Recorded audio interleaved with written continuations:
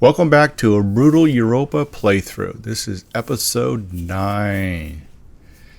In this episode, I am going to make all 5 super alloys. In some cases, rather large batches of super alloys.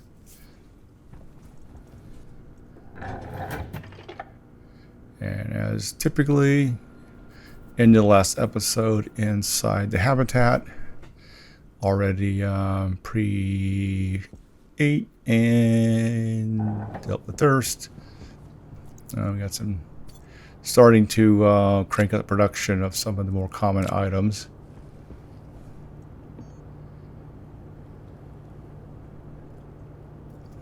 And crank out some more heavy cables. There's some gold over here. Copper.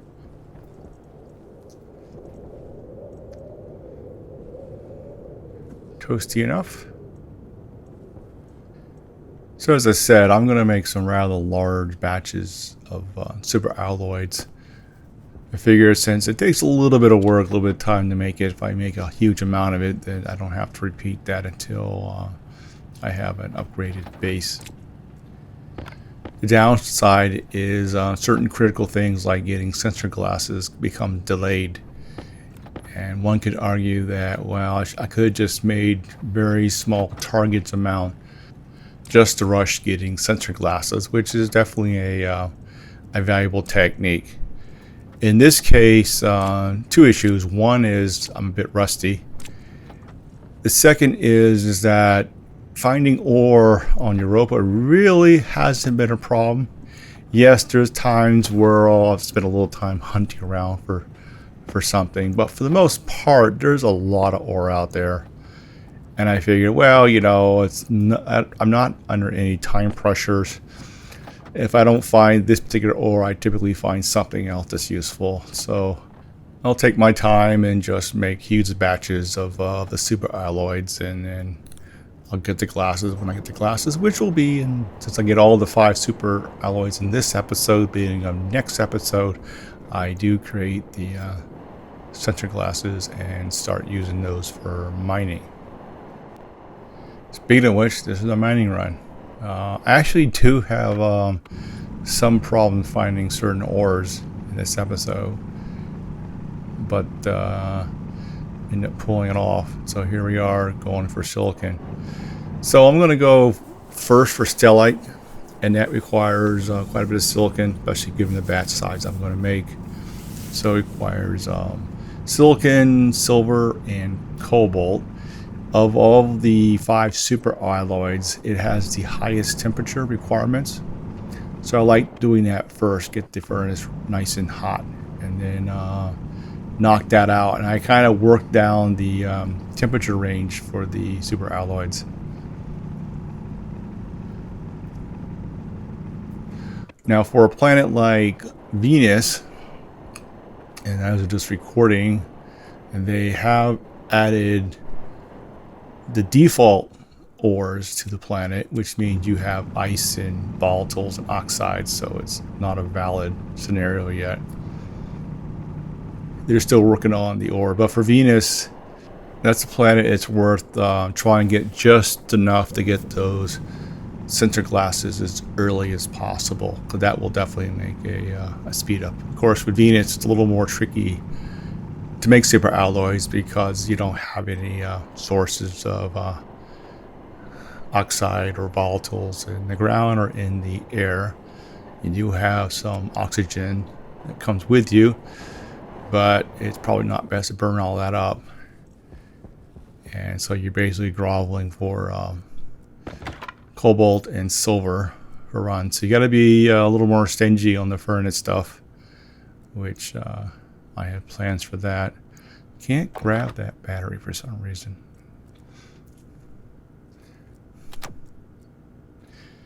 Yeah, I considered getting nuclear batteries, and it's on the thing to do list, but I think I need a much bigger power generation to be able to charge those suckers up.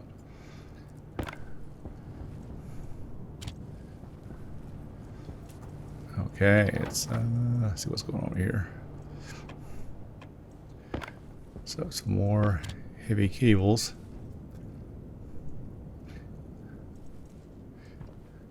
Now I actually have two more empty spots in the tool belt. I was sort of misreading it because most of them says tool, tool, tool, tool, tool, tool, tool, and the last two are blank. And I'm kind of thinking, well, you can't put anything there. But then I realized, oh, it's two empty slots. I can put anything there in that tool belt. All right, so what I'm doing now is I'm sorting the ore around, and I'm getting the stacks for smelting the stellite. As I said before, 1 silver, 1 cobalt, 2 units of silicon, and my quirk is I typically do everything in 50s. I get them all together and I count them over and over and over, make sure I don't F it up.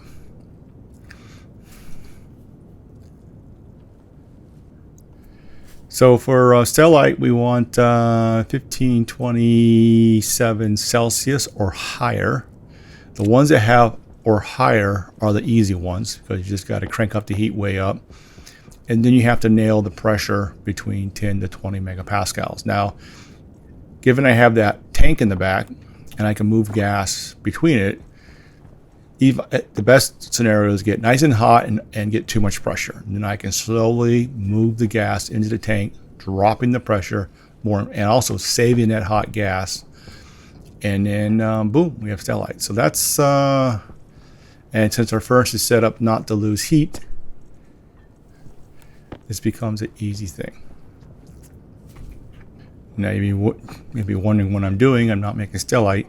So the existing furnace was too cold to make stellite, and it had a lot of gas in there. So I said, well, I can't make that, but I can go ahead and make smelt some silicon ingots and make some steel and iron and just do various things. So I just figured I smelt some of the loose stuff before I dumped the furnace.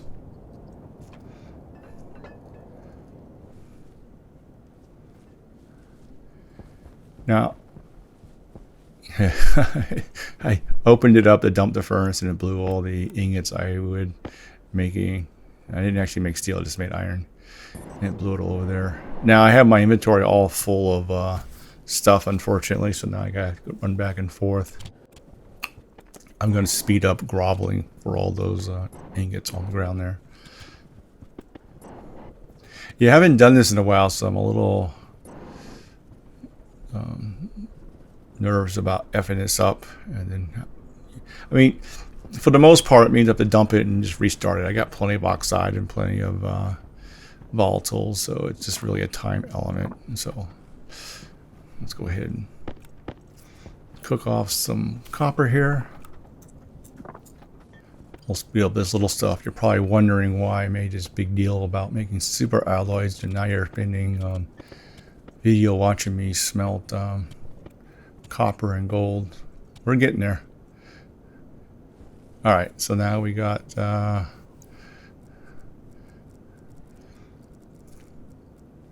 we'll count everything 15 times, looking for any more I might have. Let's get this garbage out of my as I said, I don't want to sit there and go, drag. Oops, there's an extra 4 I threw in there, and oh crap, now I got to do the math and put more in it. All right, so now we're doing the degassing phase. Yeah, make sure it stays closed. So I'm going to throw everything in there and let it degas. And once it's all degas, then I'll empty the tank, throw in volatiles and oxides, cook this thing up, and boom. Now note, when I make the super alloys and during the smelting in general in this playthrough is very, very inefficient. I waste a lot of gas, and that's because I have, large volumes of oxides and volatiles available, and thus, I can waste it at this point. Ooh. That's pretty. I should probably move that vent a bit higher. What happened there is that there was volatiles in the mix, and when I dumped it, and that really hot volatile mixed with the oxygen in the air atmosphere, and you get fire.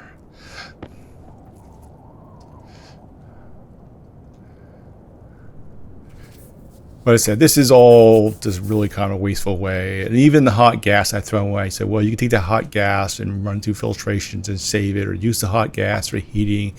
Yeah, I can do all that stuff. But I can always, you know, some oxide and volatiles, bam, I have hot gas, I have CO2, pollutants, all that. I can regenerate that stuff pretty easily, so I'm not worried about it. Something like Venus is a different ballgame. There you really got to care, because it's much more difficult. Let's get back a little bit. Making, getting the furnace up to temperature and all that. So that's a more precise, careful, non-wasteful way of smelting. But here, yeah, don't really care so much. Oh, I thought there was all that fire coming out of the furnace looked so pretty cool. So I actually redid a small segment just for the thumbnail. So I did it after this video went back, and I just reloaded it and waited until daylight, get a better shot, and then backed off and turned off the UI, and you saw the flame. So that was just for the thumbnail to represent the fire. I didn't expect it happening, so I wasn't prepared to back off and get a good shot for the thumbnail. So I just recreated that part of it. Yeah, hydration's getting a bit low here. I don't want to be in the middle of a critical smelting phase and then all of a sudden, dying of thirst. Turn that back off, or turn that on.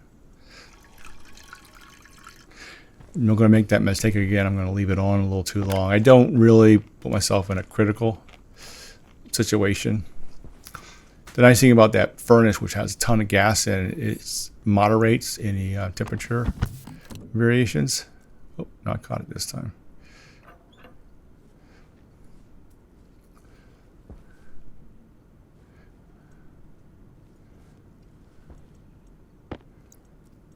And we'll just switch out that. And I haven't tried using a smart canister for my waste tank yet. I need to try that.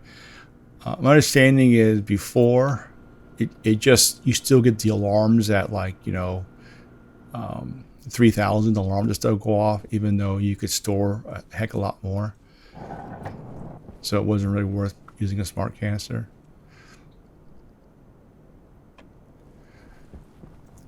Okay, so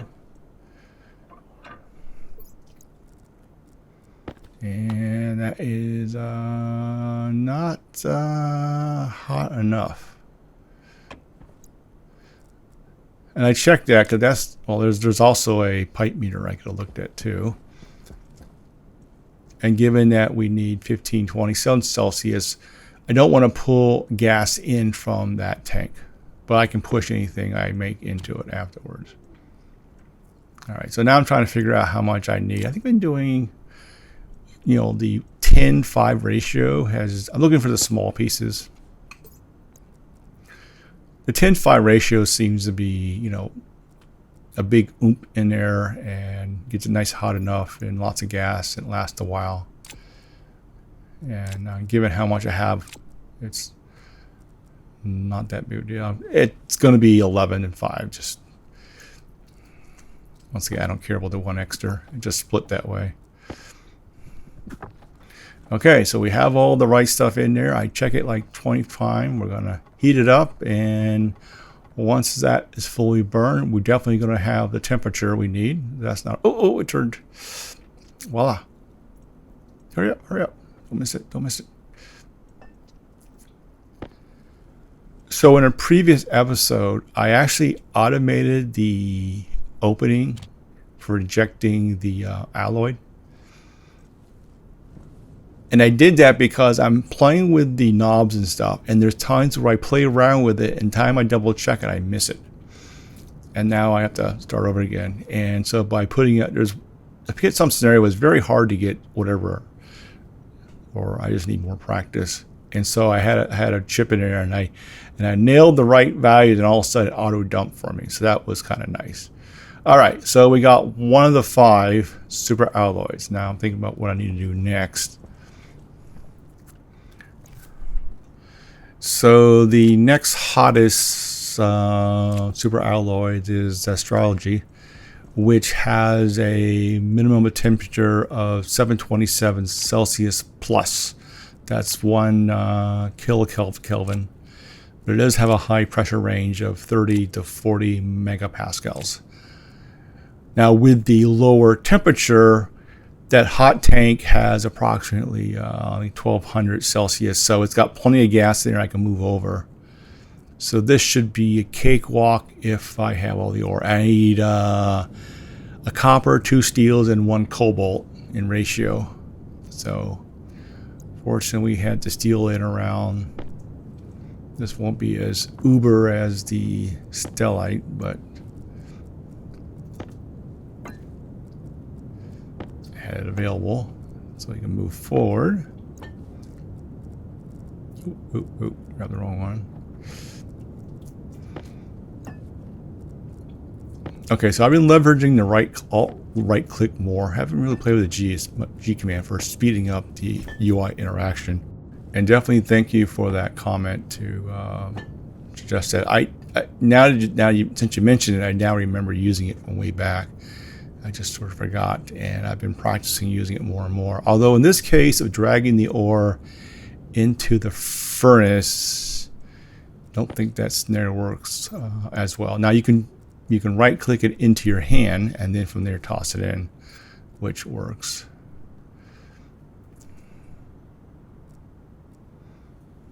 So I'm adding more, not that I really need the temp, but I need the pressure. So I'm just going to toss a bunch of junk in there.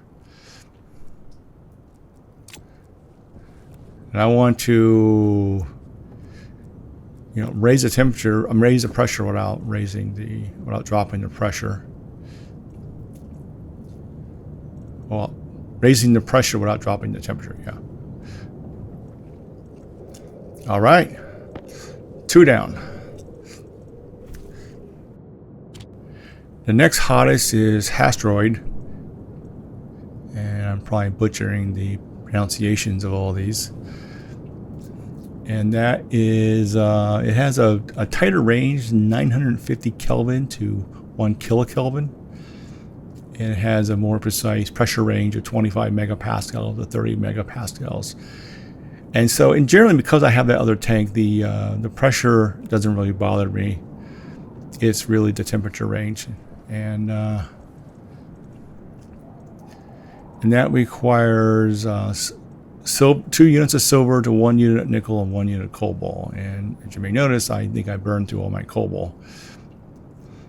And I think my silver too. So I need to go out and do some mining here to find some more. This will be a good time to have those sensor glasses available.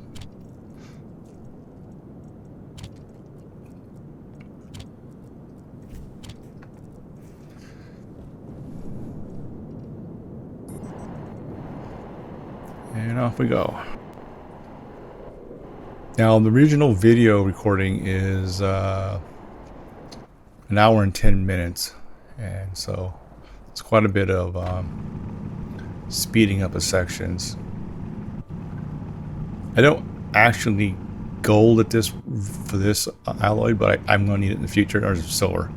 So if I'm finding gold, I'm just going to mine it out.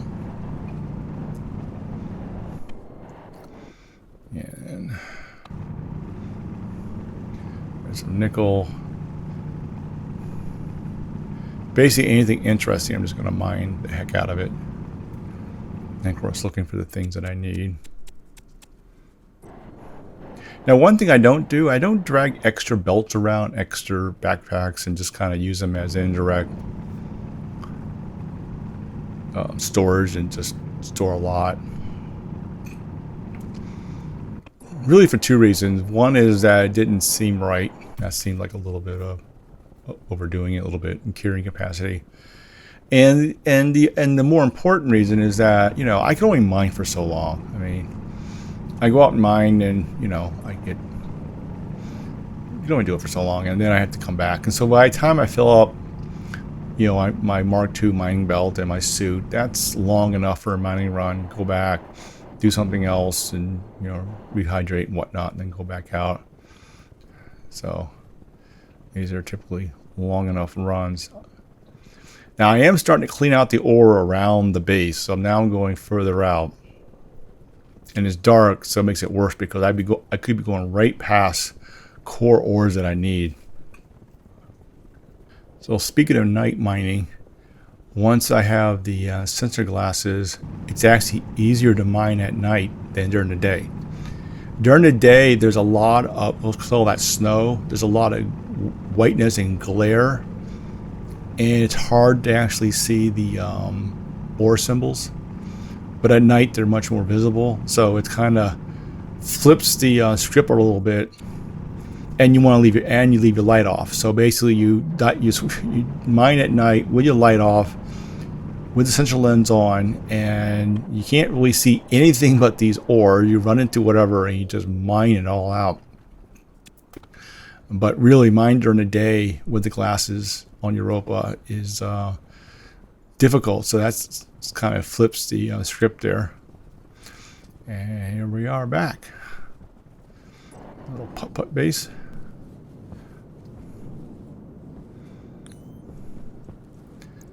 And yep, burning to that battery. I just need to go.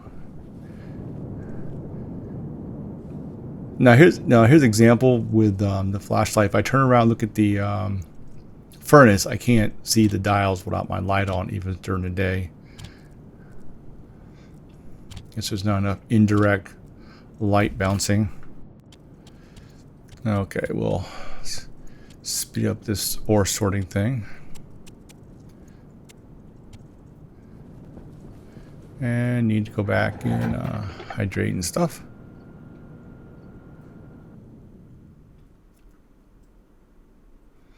Yeah, putting the automatic lock in here is on my thing to do list. Okay, we got potato seeds. The potatoes grow really, really well. I mean, I started with 3, and now I have, you know, way more food than I can possibly, you know, eat from potatoes. Now, and I have plenty of O2, but the one thing, if I want to fully automate, I need to generate volatiles, and that requires some kind of plant thing or spoil food.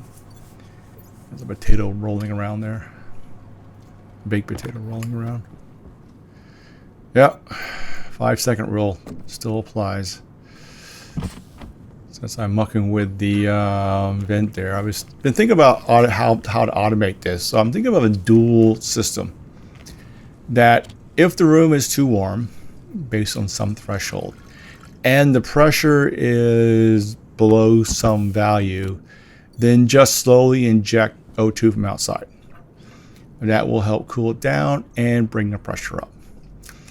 If it's too warm and it's already exceeded the target pressure, then use a digital valve to open up, you know, basically do what I'm doing manually, and let it cool to radiators. So we'll have that sort of dual purpose type thing to work. And that's what it's still kind of an early game type solution going on, but that would help get that automated and avoid me doing boo-boos. Kind of going through the ore, and let's see if I guess right. We need 2 units of silver, 1 unit of nickel, and 1 unit of cobalt. So I should have enough to do a reasonable batch here. Now with superalloys, it's not like an additional effect, and so those 2 units of silver, you know, or that there's 50 cobalt, 50 nickel, and 100 silver still only gives me a result of 50. All right, just see if we got any more. So let's see what's going on here.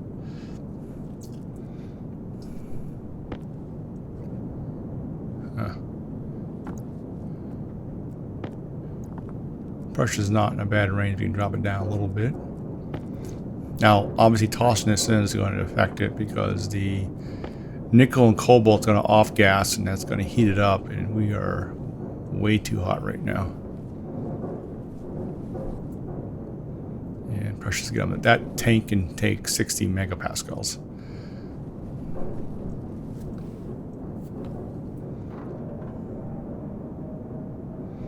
So super hot, that's good. We're going to save that gas, so at least we don't lose it.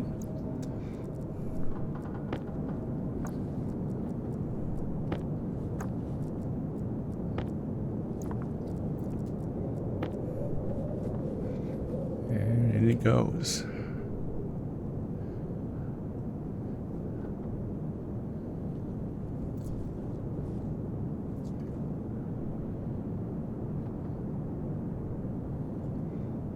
Wait for it to stabilize. So you got plenty of pressure, but it's way too effing hot. So what I need to do is go ahead and get the pressure down.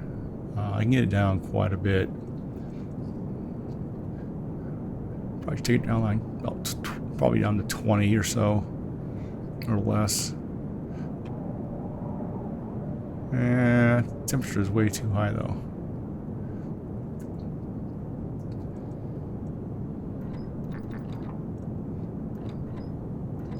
Alright, so what I'm going to do is I'm going to bring in gas from outside. I figure I just take the cold gas from the atmosphere and throw it in there. So to cool that tank, I have a couple options. One is what I'm doing here is injecting or adding CO2, cold O2 into the tank.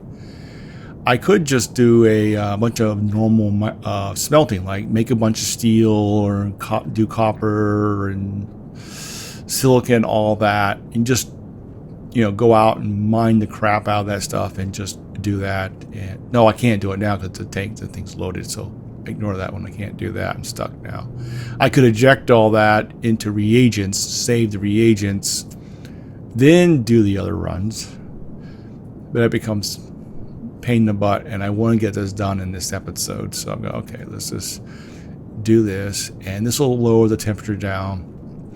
I could throw in some ice, or look at the mixture, and if the mixture is, say it doesn't have any volatiles in there, I can throw a bunch of oxide in there to sort of cool it down, and it won't cause combustion if there's no volatiles there. Or if it's rich in volatiles or no oxide or no oxygen, then throw in a bunch of volatile ice to cool it down. But in this case, I'm just going to say, well, I'll just pump the gas in. It'll work, it just takes time.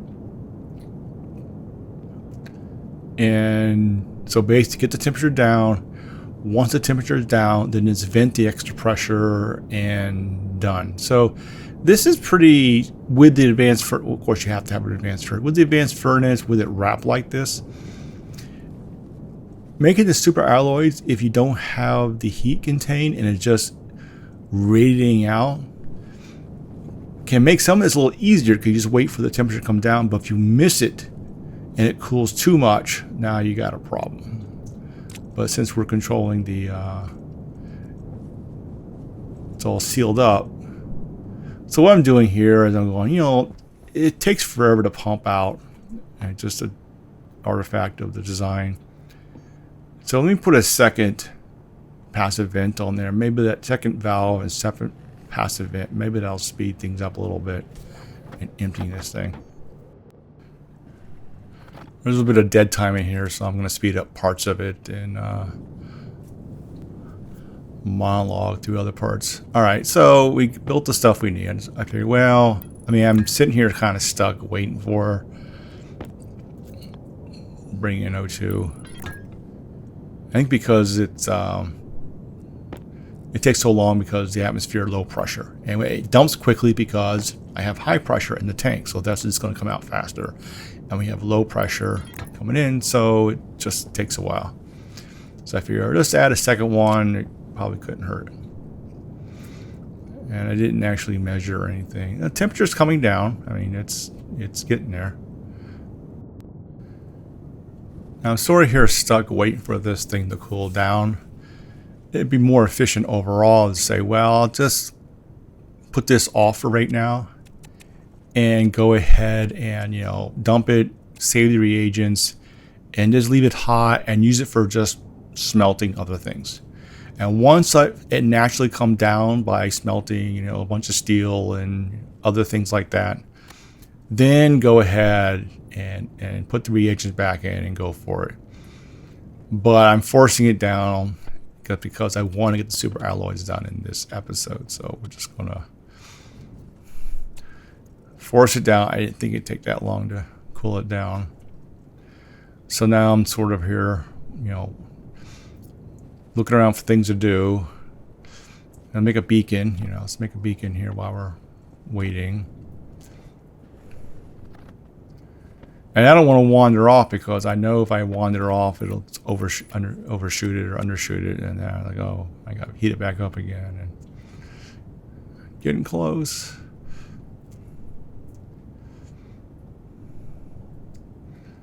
Remember, we want 1 kilopascals. Or sorry, 1 kilokelvin. 1,000 Kelvin, just under 1,000. Well, it says to 1,000 Kelvin. And make another filter. Almost there. Now this is at 5x right now. You're watching 5x speed, so like watching paint dry. All right. Whew, that took long enough. All right, we're 3 at 5. 3 of 5. I got the in canal set up. I double check it a couple times. I don't want to be effing this up.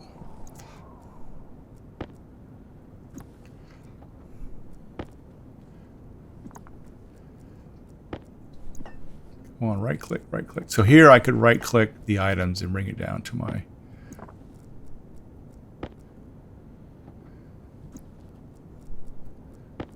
been practicing. I obviously forgot here. Focused on the getting this thing loaded up. Ugh, missed.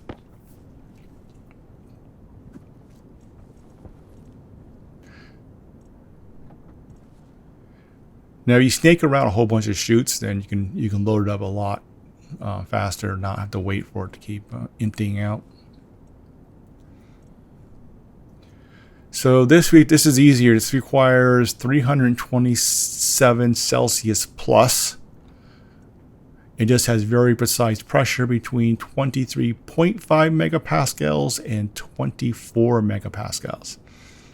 So this is the easy one with this setup, because anything with the temperature plus, you just have to, and I can move gas back and forth. I just have to be careful of not going crazy and dump this thing too quickly.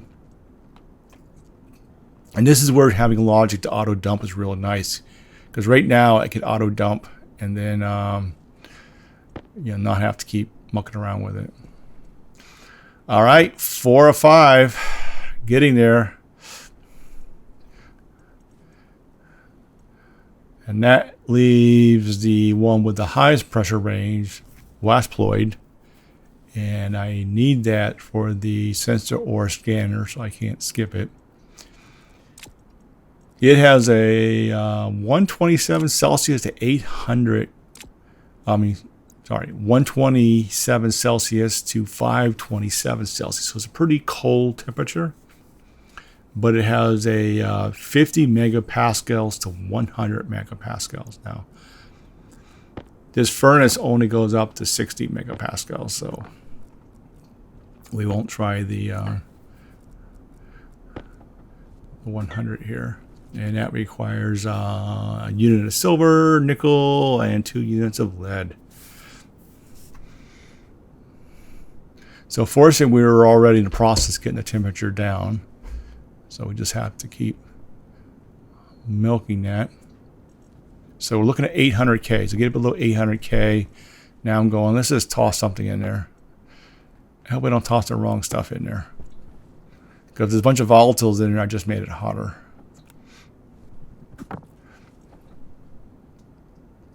Okay, we're below.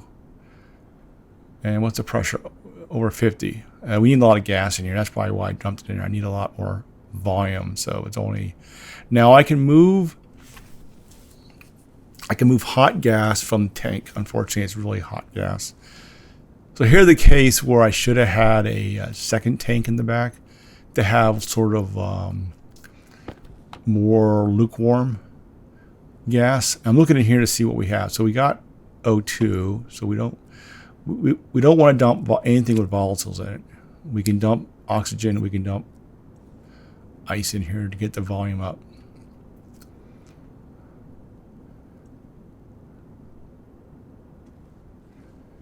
And make it a little hotter. I need 50 megapascals. Okay, so we just have to... Now, I could make it hotter and then bring the temperature back down by just adding more O2. So I have those options. All right. Now I'm going to speed up while I try to toss everything in the kitchen sink in there to get the volume up. I expect everyone watching this to do a far better job than I making these superalloys. So I think the if I would have kept a tank with lukewarm gas in it that I've been dumping before, then I could have moved that into this tank, and that would have made this whole process faster. So I need a hot tank, and a you know, kind of a hot tank. I mean, all that stuff coming out the back. Well, the pressure's getting too high. I need 50, but I don't need above 60. And the tank goes boom. So now we're a little, cut the pressure. We're a little toasty.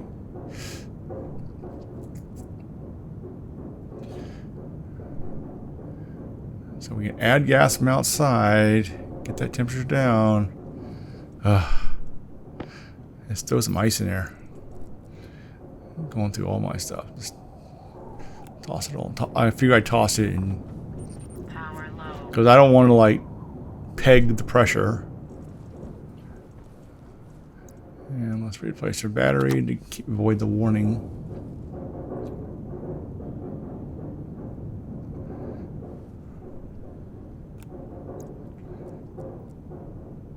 I don't know, when I watch other people do this, they don't seem to take this long. Okay.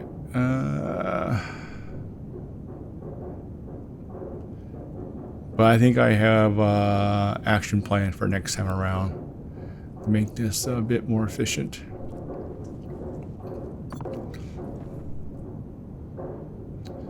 Fortunately, all this ice and stuff is everywhere, so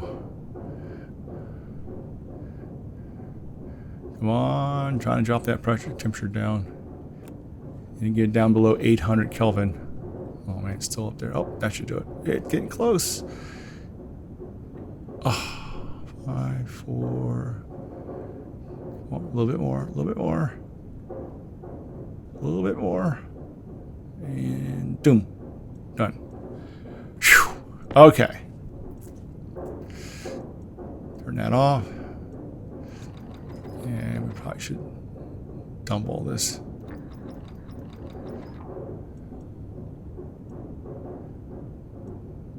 Boom.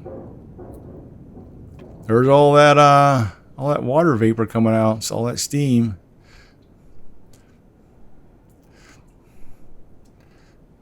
You know, they did a really nice job with this, with the gases. I mean, there's no other game out there that comes even close to the physics aspect, even though it's not perfect, but they're better than anything else out there. All right, so all 5 superalloys have been made. So we're going to end this episode with typically what I do. Go in and I will hydrate and eat and swap some batteries and dump my waste tank maybe and get ready for the next episode. Okay, turn that on. And there's some light in here. And I'll do the same old mucking around, so I'll end it here. And till next time, see ya.